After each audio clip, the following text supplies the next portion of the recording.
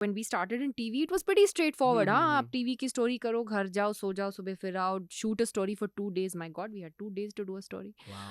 Those were the days, 2 days to do Yeah, a story. or 3 days, or sometimes the whole week to work on long format stuff. Did that fully change the depth of every story? Of course also? it did, because if you did like a 5-minute piece for the Sunday 9 o'clock show, which was like Star News Sunday Mhm. or whatever, it was like, you're actually doing a deep dive, you're traveling, you have like, the space to do like a long format thing. So all of that changed. Yeah. And now, like, you're doing digital. Mm. You got to write for your website, you got to write for TV, do an OB for TV, then write a TV story, and then you have to do other things like YouTube lives or Facebook live, and then put something out on Twitter. So it's actually much more challenging today.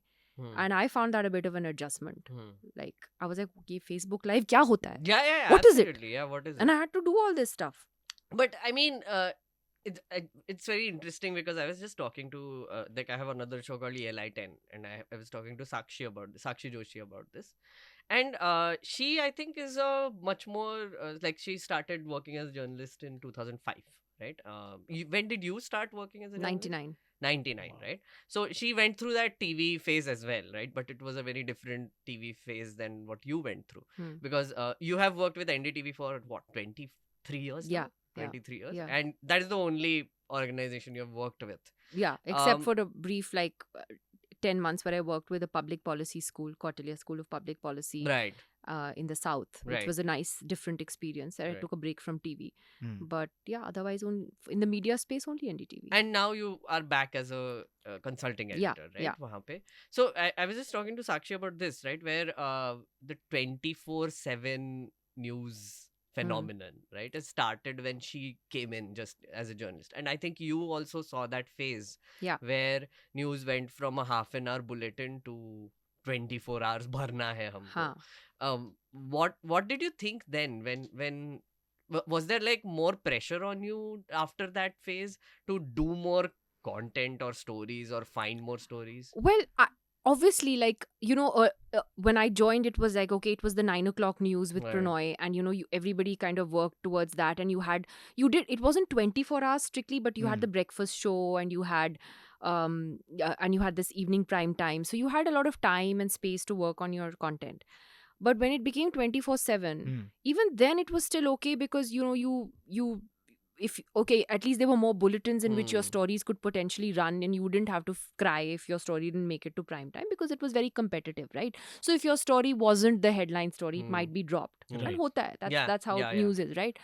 But it's when other channels started coming Right. and it became competitive. Right. Then you feel the pressure of like not just being like right with the news, but being first, which is kind of contradictory, because very often people have put out stuff which is wrong, like they've killed people off, Yeah. 3 months before they died. That has happened. Yeah. So, stuff like that. So then that's how it changed. Then and you see that in newsrooms today. Even now, you'll get a message. I just saw one WhatsApp that came, oh my God, all the other channels are running XYZ khabar. Hamare paas kahan hai? So that, that constant thing of like But then being why on top does of things. No, this is what I wanted to come to also, actually. So there was this I think a story that happened. I think the JNU invasion of ABVP, right, which had happened. Now India Today basically did this quote unquote sting operation back then, which was crazy. I mean, like, they went from these people who went in, they got confessions out, and they did that old school Cobra Post style report on it. I remember that back then the other channels had shifted away from the JNU fiasco. India TV ran it for 6 days or like a long time. They were running hashtags and everybody was watching that channel, right? I wanted to ask, why is there this need to just confirm? Like, oh, wo channel ye story kar raha hai, hum kyun nahi kar rahe? What decides that? I mean, right now, frankly, it's numbers. So if it's Right. not, the BARC ratings, of course, are very controversial. We know the kind of mess that they're in. But YouTube numbers are now driving a lot of Right. the way the channels are looking at views, like real-time views. So, how many people on YouTube are watching a particular show at that point. And we actually have like graphs which show you that if a particular story is being played up on a channel, how it starts, the arrow starts shooting up. And so we noticed, for example, so I used to think that why do people want to watch TV debates every day? Because maybe Right. because I do them, I'm tired of them and I wouldn't. But every time there's a TV debate, the arrow, the numbers go up, Oh wow. as opposed to just straight news. Not always, but through the day, so talk somehow drives things up. Right. And just in real time YouTube views. Right. So that is what is driving a lot of the stuff. And it is a conformity thing. Like obviously if it's a sting, you can't replicate that. So there's no point in then trying to, copy some, you can't copy that story. But I think every channel, I think there is a whole bunch of them, as we know, that just kind of follow each other's lead, and they're like sheep, and they'll just do whatever. Love jihad and all that nonsense. So I think what's at least made us stand out is that okay, we'll have a completely different take on that story, Right. And we'll be much more sober, in that sense, much more traditional in the way it's reported, and all the rest of it.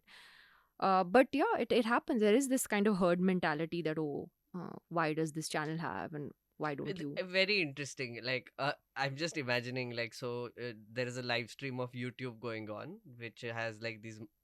Every channel is doing this live stream. NDTV does it. All of them do.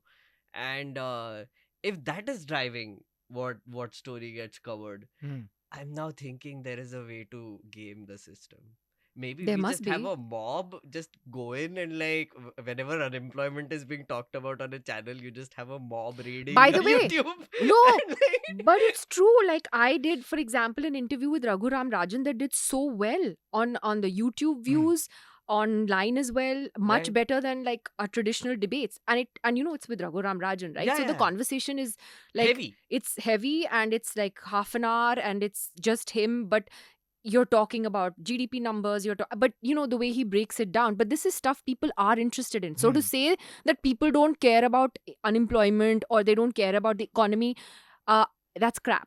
I'm just saying that it does matter to them. So it's not just divisive, Hindu Muslim, that kind of tutu meme stuff. It's not Right. just that. It really depends on who your guest is, what the content is. So if you get someone who is like, I did a show on the economy just a few weeks ago with just the chief economic advisor who retired from this government who resigned a few months ago, Kaushik Basu, Yeah. and another economist. And it did really well in numbers again, because it was just three people who knew what they were talking about.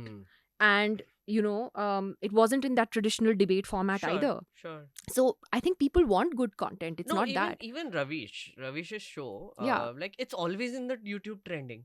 Right, I mean, like there is Yeah, it is. definitely a lot. Ravish has a giant followership Yeah. on YouTube. At least I know this. Yeah, I watch Ravish shows on YouTube. I don't watch TV. But I do see, like, say, your show or Ravish ka show, which just shows up on my feed and I watch it. It's very interesting how that is also changing, right? And there is a line here which is very dramatic about it. Changing technology or machines and making technology more modern helps media to reach more people. It also improves the quality of sound and images that you see. But technology does more than this. It also changes the ways in which we think about our lives. Yes. And the next line is funny. It's quite difficult for us to think of our lives without television. I didn't purposefully read that because, Can you imagine? yeah, I would replace that with the internet right now. Now it would be internet. Yeah, now with, smartphone. yeah, Like I don't know how I lived without that. yeah. Like- As a TV journalist, do you feel threatened by the internet? No. No. Why? Everyone can coexist, yeah. Yeah. I mean, and we're so lucky. My dad, who, was 50 years as a journalist and a traditional agency reporter, he's like, you guys are so lucky. You just Google something and your research comes up. That's true. And we didn't have that luxury. I Right. said, neither did I when I started, but okay, fine. I get your point. You're right. Like, you want to do research for a show, like, you just, hit the internet. So Yeah. I think the internet is a great tool. It's Yeah. just I don't know about social media. Yeah. That's another story, but it's not a threat. But so maybe like another way to put it is, so when your shows go on TV versus when they go on, say, a YouTube or whatever. Again, I'm sure the medium is online changing. views are more. Of course, they Yeah. are. Yeah, I mean, Yeah. I would say that they are because I genuinely believe that your show gets more views on YouTube on a regular basis now. Um, can you coexist that way? I think so, and it's already happening, right? Hmm. Like all of us are doing TV, we're doing digital, it's all like this cross platforming thing is happening, and I think that's the way it will But continue you to can't show exist. the same ads that you got on TV on your YouTube show. No. Yeah. Yeah. But then, So I don't ask me about revenue models and things like Yeah, that and all that, Mhm. because that is totally like I've only dealt with editorials, so that you Right, can right. ask our CEO. Right. But the thing is that it's there, and we've kind of coexisted for a while, and it's the only way forward. So why do a show on the TV at all then? Because I think mainstream quote unquote TV is, I don't agree with those who say it's a dying medium. Yeah. And the pandemic showed us that, because Yeah. everyone who's kind of left TV and then has started something digitally will keep saying TV is dead, but it's not. During the pandemic, viewership for TV news went up exponentially Yeah, it did. Yeah. across the board, like it did for like digital sites Of and course. people wanted information, they wanted to know about COVID, they wanted to know what to do, not to do, etc., etc. So the audience is there. It's just a question of how you channel it. Right. So it's not dead at all, and it has an impact. I think also for a lot of organizations it's brand value. Like you don't want to give up the mainstream TV Right. platform, because it's part of your branding as well as an organization, that okay, we have a TV channel and we have this digital outreach and we have XYZ. Right. So I think it's part of a branding exercise as well for a lot of organizations. I'm one of those people who says that TV is dying. And Why I do you mean, think so? But Just because it's you very- watch it online? No, not just me. I mean, anecdotally, of course, I would say that everyone I know, literally everyone I hang out with, and everyone I, grew up with right now, nobody has a TV connection, right? Are you 20? No, 25? I'm 32, Nidhi. 32? Yes, I'm 32. You're a child. Yeah. Should get friends who are more mature, is what she's saying. But but if I'm 32, Huh? do you have anyone who has TV? How old are you? I'm 25. 27. Oh my God, you're a child. See, you're a different generation. So I agree that Yeah. probably the average age of people who are watching my show on TV is in that Higher. 70, 60 to... I'm not being silly. I'm being No, no, genuine. It's an absolutely. older crowd, that is more traditional. They like to Hmm. watch their news before going to sleep, after Right. dinner, that kind of thing, Right. I think younger people are turning more and more to just watching stuff online. Yeah, Whether it's like either live streaming or they'll watch the video later. They don't necessarily want exactly. to. Yeah. Yeah, they don't necessarily want to watch my 9:30 p.m. show at 9:30 p.m. I watch it in the morning. Yeah, exactly. Yeah. Whatever. So I think the way we consume news is changing, but it's not dying. Like Right. I don't think it's reached that point where it is dying. It's just that I think TV has had to reinvent itself a little bit. Mhm. And that's why you saw the emergence of TV debates, whether it was for financial reasons or the fact that the internet came. And what is the point of having a headline in the evening, Hmm. which people know happened 12 hours ago? Because Right. they did, Mm. right? Correct. It came up on everyone's smartphone.